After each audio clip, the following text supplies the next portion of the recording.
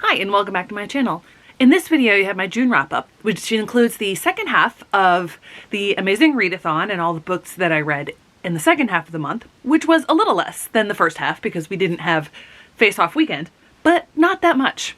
So I'm going to divide this into three parts. First, I'm going to talk about the books that I read in the second half of the month. Second, I'm going to talk about all of the statistics. And third, I'm going to go over all of the books that I read by rating. So buckle in. I have no idea how long this is going to be, but I'm going to get started. I'm going to get to this. I've been kind of putting it off because there are so many books to talk about, but we'll see. Now, as I go through each of the books, I'm simply going to tell you the rating and maybe a little bit about it, unless there are standouts, because there are just so many to talk about. I have two large stacks right over here. So the first thing that I read after Face Off Weekend was The Familiar by Leigh Bardugo. This was a win for me. It was solid. I didn't quite like it as much as Ninth House, but I still really enjoyed it. And this helps with my goal towards trying to read some of the anticipated popular new releases so that when Goodreads Choice Awards season comes around, I don't have that many to read. I believe that was a 4-star. Maybe a 4.5, but I think it was a 4. Then we have Thirst by Varsha Bajaj. This is a middle grade book set in India. Quick read, solid read. I believe this was also a 4 stars. Then we have Star Child by E.B. Zeboy. This is a book that I read for the SEASL project, one of the last ones that I read for that. I don't think that there are any that I read just on ebook that are in these stacks. There might be some, but I don't think so. I think most of what I read in the second half of the month, I had physical copies of. But this is one of the last ones that I read for the young adult list. This is an interesting book, but you'll find out more of my thoughts in part 5 of my SESL project. Next we have Feel the Burn by Andrew Schaefer. I love this. This was a hilarious, cozy mystery. I found it fascinating. I found it hilarious. And this is also one of my 24 and 24 reads. Next we have Small Country by Gael Faye. Interestingly, this is fictionalized, but it is basically his life story. So I'm not rating this one because it is so much memoir-like. Very interesting.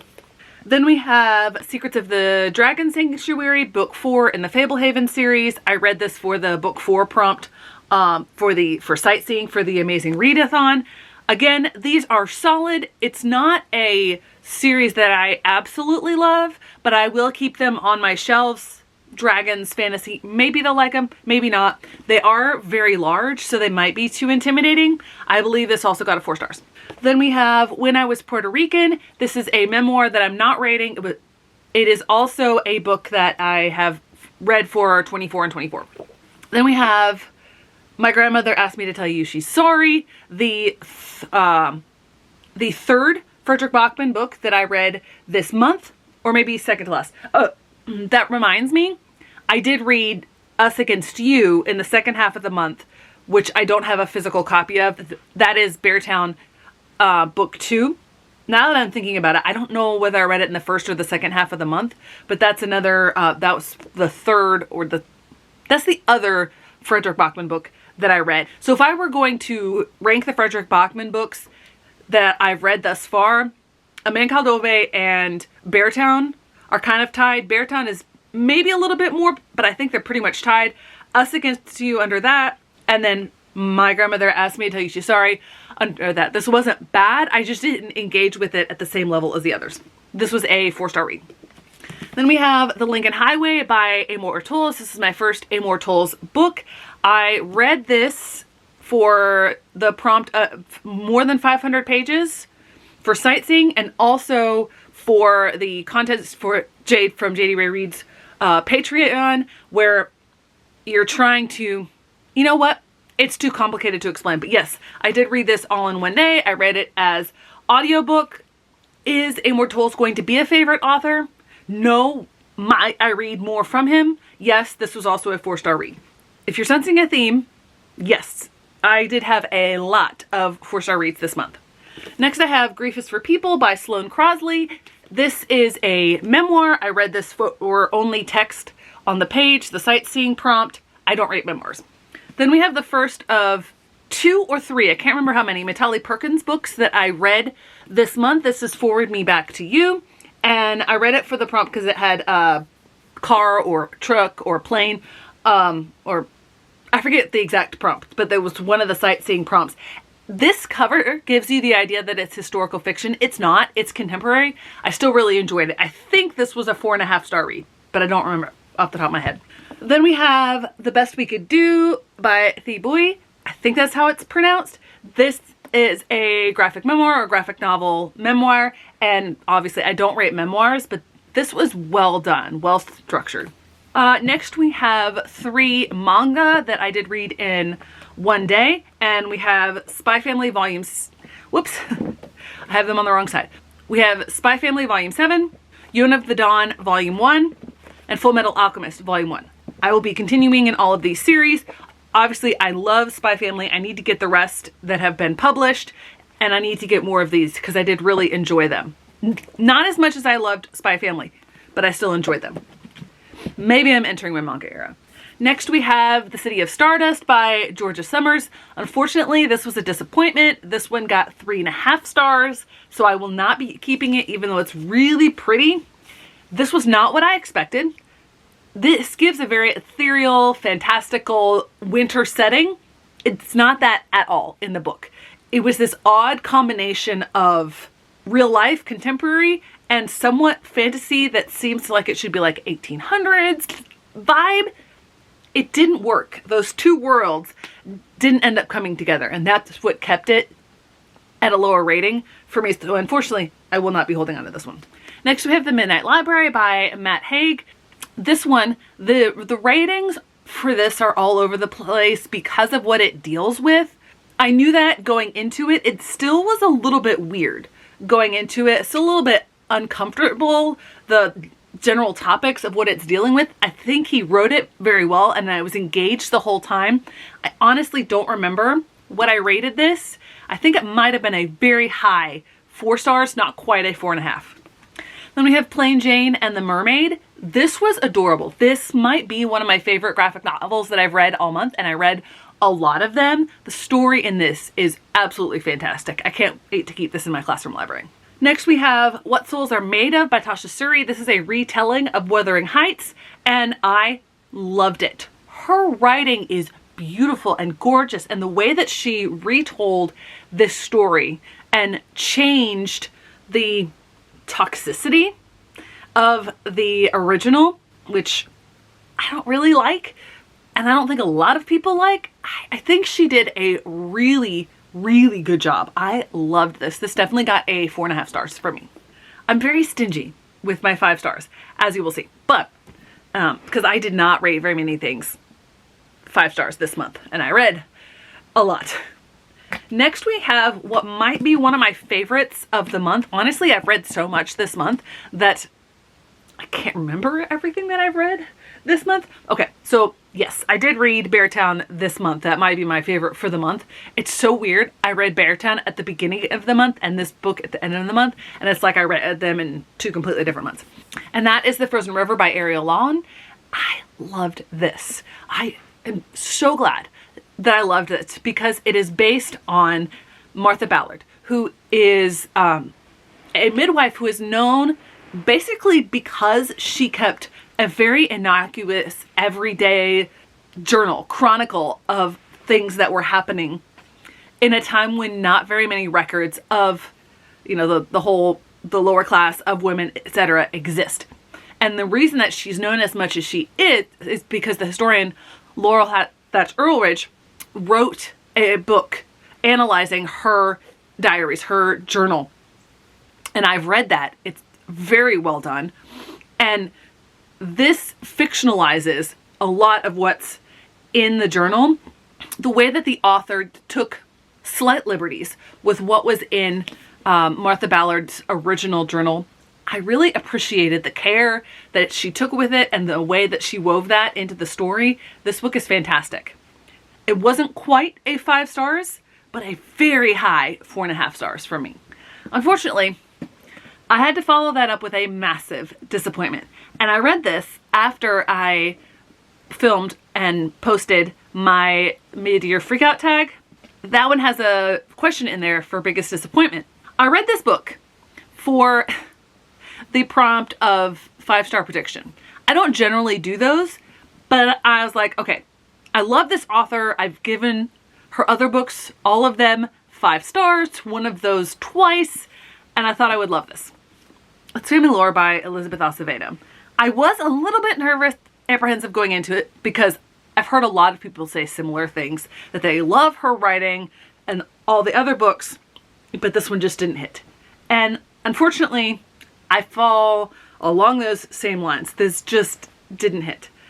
I think there were too many characters, and the way that Elizabeth Acevedo writes, it's very difficult. It was very difficult to keep all of those characters separate because some of it goes into the past, some of it's in the present. There's magical realism wrapped up in it, which, hey, totally fine, but I just never engaged with it. And a lot of the things that were talked about, I just didn't gel with. It's just not something I enjoy reading. So unfortunately, this was a 3 stars. So it's not going to stay in my library, which is very unfortunate because I love her other books. So that is my biggest disappointment of the year. One of my biggest disappointments ever. Then next I read Harlem Shuffle by Colson Whitehead, and this was fantastic. I loved getting into the story, that area. You can tell that Colson Whitehead has a love for Harlem, and I am actually interested in picking up book 2 in this series. That was a 4 star. The other standout read that came at the end of the month was True Biz by Sarah Novich. Fantastic. The deaf rep in here is incredible.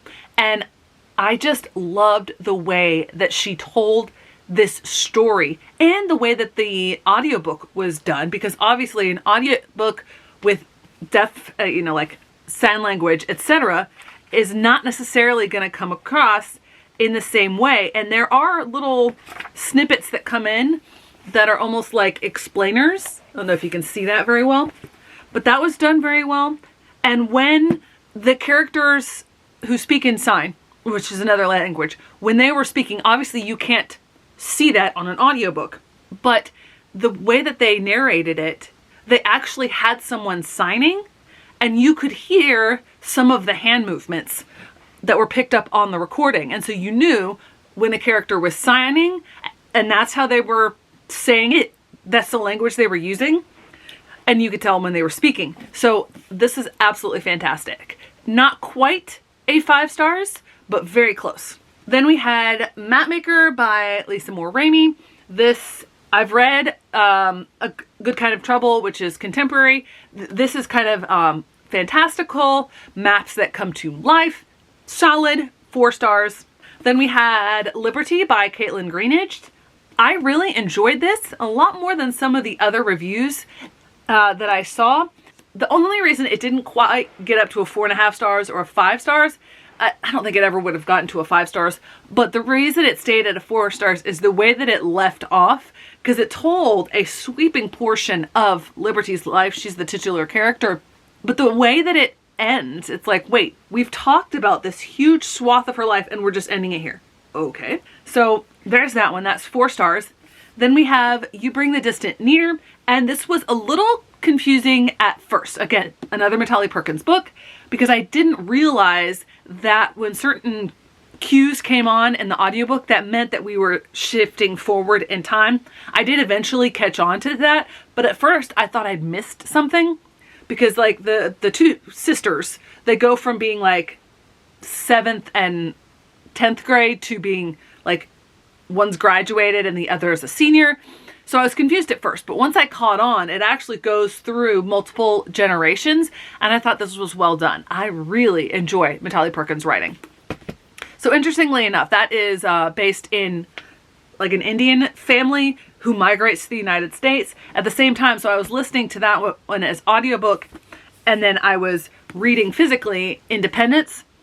I am not going to attempt to pronounce the name because I would not do it justice, and I don't want to be disrespectful. But this is the story of 3 sisters based around the partition, the time of the partition in India. So it was interesting to be reading 2 different stories. I enjoyed this. I really enjoyed this. I think this was a 4.5 stars. But again, the way that it ended up, I was just like, aw.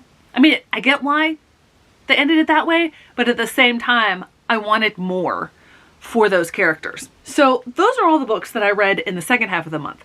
I'm going to regroup, get a new battery, and come back with the statistics. I am back to do the statistics portion of this wrap up. I'm literally surrounded by books, and this is not even everything that I read this month. Speaking of the number of books that I read 82 books. I don't think I have ever read that many books in a month before. I don't think I ever will again, but I kind of don't want to put that out there because the competitive part of my brain goes, what if you could?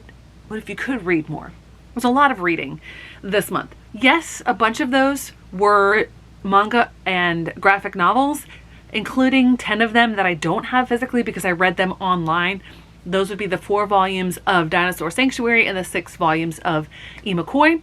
I see myself getting physical copies of Dinosaur Sanctuary, but not Imakoi. And then I've got this stack right here. Okay. So let's do a brief count. I have 14 manga and graphic novels here that I read. I read an additional 11, including Tea Dragon Society, on Face Off Weekend. So that is 25 of the 82. What does that mean? That means I read 57 actual books this month. Yeah, I did say I was going for a goal of at least 2 per day that weren't on Face Off Weekend. And the reason that it's not 60 is because on one of the days towards the end of the month, I read these 3 volumes, volume 7 of Spy Family, Full Metal Alchemist, and Yona of the Dawn. Those are both volume 1s. That's a lot of books. And that adds up to just about 24,000 pages. Yes, that includes the books that I read via audiobook. And about 150 hours of audiobook listening this month. That's by my calculations, not the Storygraph calculations, by my approximations of how much I read. 150 hours. That's several days worth I was reading. Yes. So that kind of explains how I got through so many books this month. My top genre, as you can probably tell, is not actually fantasy. That did actually work. My top genre was contemporary. Interestingly enough, my number 2 genre was fantasy. I just can't stay away. But thinking about that though, there were less than 20. There were about 16 fantasy books. When you factor in that some of my graphic novels, I think most of my fantasy books were actually the graphic novels and manga that I read for Face Off Weekend. Actual fantasy books, I don't have many in here. So I'll take that as a win. My average rating is a 4. As you could tell by the wrap up in the first third of this video, I give out a lot of 4s. That's probably the mean as well, or median, whatever it means, the repeated number. Math was a long time ago for me. As far as format goes, 44% as audiobook. You know, it can be expected. That probably would have been a higher percentage if you had taken out Face Off Weekend, because pretty much everything that I read Face Off Weekend, I read physically or via ebook online, like the Dinosaur Sanctuary and Imakoi. Audiobook is where it's at for me. As far as the owned TBR change, I made massive progress this month, probably making up for that massive influx to my owned TBR that happened in March when I went, or May, I forget when I went out to that book outlet place.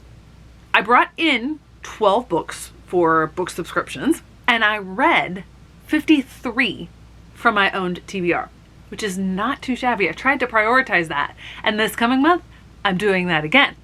So that's a net of 41 books taken off of my owned TBR. Definitely going in the right direction, and I'm trying to prioritize some of the oldest ones that have been on my shelves, and I'm doing that again in July for the Tarot Readathon. Am I going to read as many books? Absolutely not. As far as the different lists that I have, I had already decided this month I wasn't going to start any of the series from that list. I put only 10 on there, so I have a couple months of wiggle room. I also did not put any Rick Riordan Presents imprint books on there because I am almost caught up with that project and I didn't need to make any more progress on that. So the first of those lists that we are going to talk about is Buzzwordathon, and that's the one that I read The Witch and the Tsar for. Again, this is fantasy, and it was repeated words this month, and Kayla from Books and Lala did say that words like the counted. This was the only one with repeating words that I had. Then we get to 24 and 24, and the two that I read officially for that were Feel the Burn and When I Was Puerto Rican. Welcome to the dehumidifier. It's summer after all.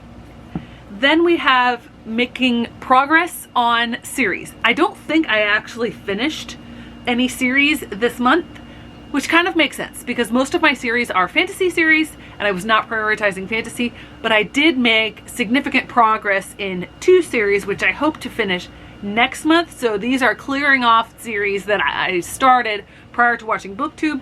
I read book 8 of the Sisters Grimm series, again, one of the fantasy books, and I read books 3 and 4 in the Fablehaven series. This was to meet a prompt. So I did make progress in those. Then we come to some of the other projects that I was working on. I did finish the SCASL Young Adult list. I actually have, I think, all of the young adult books that I needed to read here. So 3 of those books I read on ebook because I could not get them physically. That was Spells for Lost Things. I read that and Wrecked on Scribd because I couldn't get copies other places. And I also read Dead Flip via Libby. So those were 3 of those books. The other ones that I read, we have The Do-Over by Lynn Painter, The Life and Crimes of Footy Rosen by Isaac Bloom, Overground Railroad by Candace E. Taylor, The Lesbiana's Guide to Catholic School by Sonora Reyes, Ain't Burned All the Bright by Jason Reynolds and Jason Griffin, Lawless Spaces by Corianne Haydu, Daughters of a Dead Empire by Carolyn Tara O'Neill, and Star Child by E.B. Zaboy. So that is that list completely finished. I'm doing much better on that than I was last year. The last bit of goal work before I get into ratings are the nonfiction books that I read. I read a lot of nonfiction. This definitely helped with that goal. So again, we have Overground Railroad. This was nonfiction. When I Was Puerto Rican for the 24 and 24 project. Beyond the Wand. Grief is for People, Uncommon Grounds, His Name is George Floyd, The Girl Who Smiled Beats, and The Best We Could Do. Lastly, I also wanted to make a significant dent in my Book of the Month books. I'm trying that again in July for the Tarot Readathon. This stack here were all Book of the Month books that I read this month. Would you believe that I haven't actually cleared any space on that shelf? This was from the overflow. I think I'm getting a handle on it, but maybe not. So these were books from Book of the Month that I managed to read this month, and I will tell you whether or not they are staying in my collection. We have Paper Names, Real Americans. Unfortunately, this is not staying. The Great Divide, yes. Actually, let me say that again. I will tell you if it's not staying. Small Country, Frozen River, Family Lore. This is, again, as I mentioned, a very big disappointment. It's not staying. Harlem Shuffle, True Biz, Liberty, The Familiar, and Independence. Thankfully, only 2 of those am I not keeping. And I did have one other subscription book that I did have one other book box subscription book that I got to this month. It is unfortunately one of the ones that is not going to be staying in my library. That is City of Stardust. It is a Fairy Loot book. In just a moment for you, but much later for me, I will be coming back to you with all of my ratings and talking through all of the books that I read this month. Okay, we finally gotten to the last third of this video. I'm going to go over all of my ratings. This will probably take a little bit longer, and honestly, there are probably several books in here that I just missed that I read online or via audiobook that I don't have a physical copy of. I tried to do my best with that. That being said, let's get into the ratings. So I have a very large stack that I didn't rate. So I'm going to talk about those briefly. First off, we have the 4 volumes of Dinosaur Sanctuary and the 6 volumes of E. McCoy. We also have That Can Be Arranged by Huda Fahmy. We have Small Country by Gael Faye. The Fall of Gondolin by J.R.R. Tolkien. Star Child by E.B. Zaboy. We have the 4 volumes of Spy Family that I read on Face Off Weekend. I love all of them, so they're probably 4.5 stars. I just was reading so much that I didn't rate things over the weekend. We have Plain Jane and the Mermaid Most of these are going to be the graphic novels or memoirs, and the graphic novels is just because I read so much that weekend. Aelwulf of Monsters in Middle School, Skip, Batman Nightwalker, Prince and the Dressmaker, Magic Girls, Kira and the Maybe Space Princess, Unicorn Boy Volume 1, and that is the last of the graphic novels. The rest of these are memoirs. We have When I Was Puerto Rican, Beyond the Wand, Grief is for People, The Girl Who Smiled Beads, and The Best We Could Do. Those are all the ones that I am not rating. Next, we get into my lowest rated, and I have 2 3 stars. One of those is one of my SCASL books that I do not have physically. That is Dead Flip by Sarah Farizan, I think is the name. More details on that in SCASL Part 5. And then we also have Family Lore. Next, we get to my 3.5 star reads. We have The Do-Over by Lynn Painter, The Life and Crimes of Hoodie Rosen by Isaac Bloom. We have Psalm for the Wild Built by Becky Chambers, which I read to meet one of the prompts for the Amazing Readathon. Uncommon Grounds, Real Americans, The Witch and the Czar, The City of Stardust, and Paper Names. Thankfully, those sections are the smallest. Next, we get to my 4-star reads. I actually have 2 massive stacks here, so this section will take a little bit longer. We have You Bring the Distant Near by Matali Perkins, Independence, The Lesbiana's Guide to Catholic School, Lawless Spaces, Daughters of a Dead Empire, Heart and Souls, an ebook that I read to fulfill an Amazing Readathon prompt, The Midnight Library by Matt Haig, Full Metal Alchemist, Free Water, Harlem Shuffle, Liberty, Futureland, Battle for the Park, The Sisters Grimm, The Ever After War, Mapmaker, now into Stack 2, The Great Divide, Forward Me Back to You, The Lincoln Highway, Books 3 and 4 in the Fablehaven series, Grip of the Shadow Plague, Secrets of the Dragon Sanctuary, Yuna of the Dawn, Thirst, My Grandmother Asked Me to Tell You She's Sorry, and finally, The Familiar. Now we get into my 4.5 star reads. Feel the Burn, Overground Railroad, Tumble, True Biz, Us Against You, which is book 2 in the Beartown series, Artificial Condition and Rogue Protocol, books 2 and 3 in the Murderbot series, Spy Family Volume 7, What Souls Are Made Of, and The Frozen River. Lastly, we come to my 5-star reads. I have only 3 of them. And yes, I read 82 books this month. That's not a very high percentage. Maybe I'm becoming more discerning, or maybe I just did not choose all-time winners this month. But what I have here are some strong contenders for top books for the year. We have Ain't Burned All the Bright, His Name is George Floyd, and Beartown. This is my number 1 book of the month, followed very closely by Ain't Burned All the Bright. And my number 1 nonfiction, His Name is George Floyd. So overall, I had quite a unique reading month. Trying to think about how I'm going to display all of the books that I have here to give just a mild image of just how many books that I read this month. We'll see what July holds in store.